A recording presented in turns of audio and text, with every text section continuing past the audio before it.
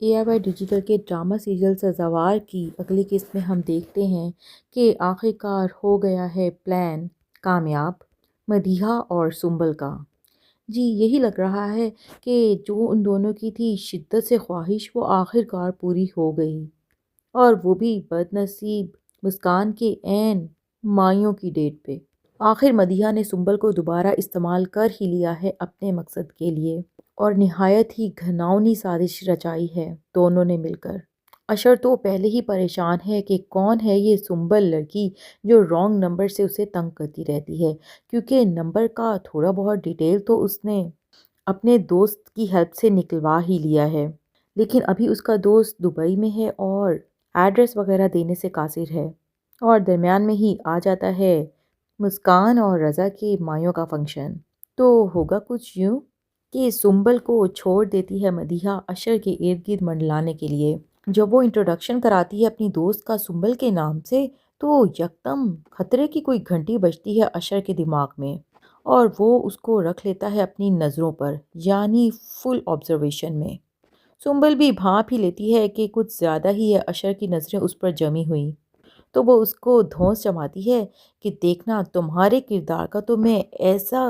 پاک کروں گی کہ تم دیکھتے ہی رہ جاؤ گے اور یاد رکھو گے مجھے مدتوں تک۔ انتہائی فضول حرکت وہ کرتی ہے جب دونوں کچن میں ہوتے ہیں تو اپنا دوپٹہ وہ خود سے ہی پھینک دیتی ہے اشر کے اوپر، اور پھر چلانے لگ جاتی ہے، اور سب سے پہلے مدد کو پہنچتی ہے مدیحہ اس کی دوست، وہ بھی سب گھر والوں کو لے کر۔ اور اشر تو حیران پریشان چلا رہا ہوتا ہے کہ اس لڑکی کا دماغ خراب ہو گیا ہے، ویسا کچھ نہیں ہے جو یہ آپ کو دکھانے کی کوشش کر رہی ہے، اور فوراً سے اس کو پتہ چل جاتا ہے کہ یہ سارے کا سارا کھیل مدیحہ کا ہی رچایا ہوا ہے، کیونکہ اسے ریجیکٹ جو کر دیا گیا تھا۔ ادھر مدیحہ مگرمچھ کے آنسو بہانا شروع ہو جاتی ہے اپنے بھائی رضا کی ہمدردی لینے کے لیے، اور بھی چیخ چیخ کے رونا شروع کر دیتی ہے، اور یہی کہتی ہے کہ جب اس کے کردار کا پردہ ہو گیا ہے چاک تو یہ سب کچھ میرے اوپر ڈال رہا ہے، اس کو میری ہی دوست ملی تھی اپنی گندی حرکت کے لیے، مجھے تو یہ ریجیکٹ کر چکا ہے اور میری دوست پر نظریں جما کر بیٹھا ہے، شاید اسی لیے یہ شادی سے بھی بھاگ رہا تھا۔ رضا اور مسکان دونوں کے والدین نہایت حیران اور ہکا بکا ایک دوسرے کو دیکھ رہے ہوتے ہیں، اور رضا اور اشر میں ہاتھا پائی شروع ہو جاتی ہے، کیونکہ بہرحال رضا بھی اپنی بہن پر آنے والے الزام کو تو برداشت کر نہیں سکتا، تو دماغ کی ٹھنڈک تو اس کی ہو جاتی ہے غائب۔ نہایت گرم دماغی کا مظاہرہ کرتے ہوئے وہ کہتا ہے کہ اگر میری بہن کی اس گھر میں کوئی عزت نہیں تو پھر تمہاری بھی میرے گھر میں کوئی جگہ نہیں، لہٰذا میں اپنے پورے ہوش و حواس میں تمہیں طلاق دیتا ہوں، طلاق دیتا ہوں، طلاق دیتا ہوں۔ اور مسکان تو شاکڈ، جیسے کاٹو تو بدن میں لہو نہیں، وہیں پہ رونا شروع کر دیتی ہے، چیخیں مارنا اور دھاڑنا شروع کر دیتی ہے، اس کی تو جیسے دنیا ہی لٹ گئی۔ تو دوسری طرف ہم دیکھتے ہیں دوستوں کہ کس قدر نچلے درجے کی بھابھی بیاہ کر لے آئے ہیں دامیا اور اس کی ماں اپنے بیٹے کے بہکاوے میں آ کر، جس کے لیے دامیا نے ایک نہیں بلکہ دو دو بار لون اماؤنٹ کی دقت اٹھائی اور اپنے بھائی کی بیجا خواہشات پر اتنی مہنگی مہنگی شاپنگ کی، وہ بھابھی تو بالکل ہی اوقات سے باہر کی نکلی ہے، اوپر سے اس کا کزن نما بھائی شفیق جس کی تو نظریں ہی انتہائی گندی ہے، جو ہر وقت دامیا پر گاڑے رہتا ہے، اور بھابھی بیگم چاہتی ہے کہ بس دامیا تو ان کے ارد گرد ہی منڈلاتی رہے، آفس میں تو انہیں لگتا ہے جیسے وہ بس بیٹھ بیٹھ کر وقت گزار کر آتی ہے، لہٰذا وہ تو ان پر غصہ ہونا شروع کر دیتی ہے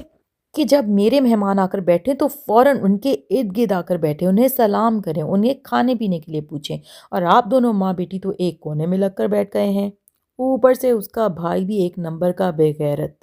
وہ تو ظاہر اپنی بیوی کی سائیڈ ہی لیتا ہے نا، اور دامیا بیچاری اور اس کی ماں بس رو دھو کر چپ ہو جاتے ہیں کہ یہ تو ہم سے بہت ہی غلط فیصلہ ہو گیا۔ ادھر ہم دیکھتے ہیں کہ کس طرح سے سنبل پورے طریقے سے دوبارہ مدیحہ کی چال میں آ گئی ہے، اور یہی خواب دن رات دیکھنے لگ گئی ہے کہ بس رضا تو اب اسی کے نام کا ہو جائے گا، اپنے ان خوابوں کو وہ صرف اس لیے پورا کرنا چاہتی ہے کہ وہ غربت اور مڈل کلاس کی زندگی سے بالکل تنگ آ گئی ہے، اور وہ بھی یہی چاہتی ہے کہ جس طرح سے مدیحہ اونچے ہوٹلز میں جا کر اتنا زیادہ خرچہ کرتی ہے، اسی طرح وہ بھی خوب پیسے اڑائے،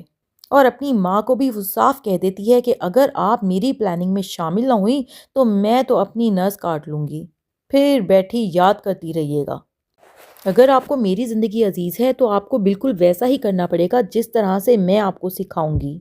اور اسی پلان کے تحت وہ آ کر بیٹھ جاتی ہے مسکان کی مائیوں پر، اور لگتی ہے اس سے الٹا سیدھا بولنے کہ تم کیا چیز ہو، تم تو راستے میں آ گئی میرے اور رضا کے، ورنہ تمہاری جگہ اس وقت میں یہاں پر مائیوں کی دلہن بن کر بیٹھی ہوتی۔ اور بآواز بلند ہی اپنے خیالات کا اظہار کرتی ہے کہ خیر ٹائم تو وہ بھی دور نہیں ہے، بہت جلد تمہاری جگہ پر میں ہی ہوں گی اور تم منظر سے بالکل غائب ہو چکی ہوگی۔ مسکان بیچاری تو معصوم ہے، وہ کیا سمجھ سکتی ہے ان دو چالاک عورتوں کی پلاننگز کو،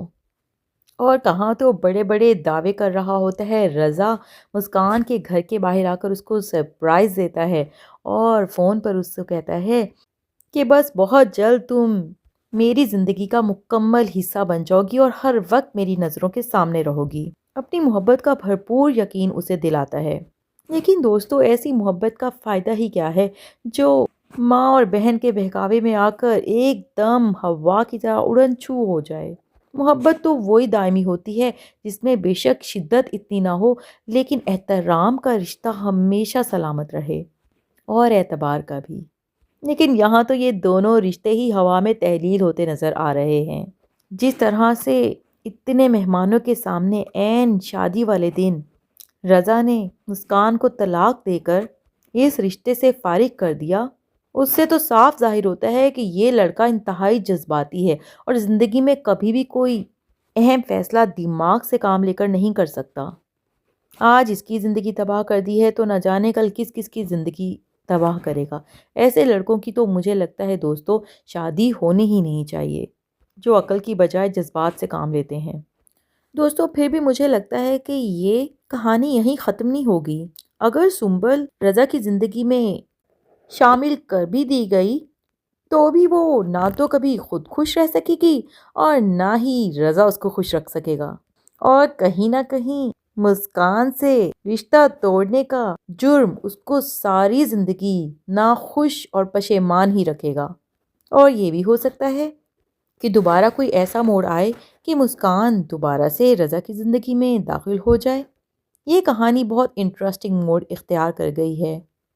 اگلی قسطوں میں کیا ہوتا ہے یہ جاننے کے لیے ہمارے چینل کو سبسکرائب کر دیں اور کمنٹس میں اپنی رائے سے آگاہ کریں۔ شکریہ۔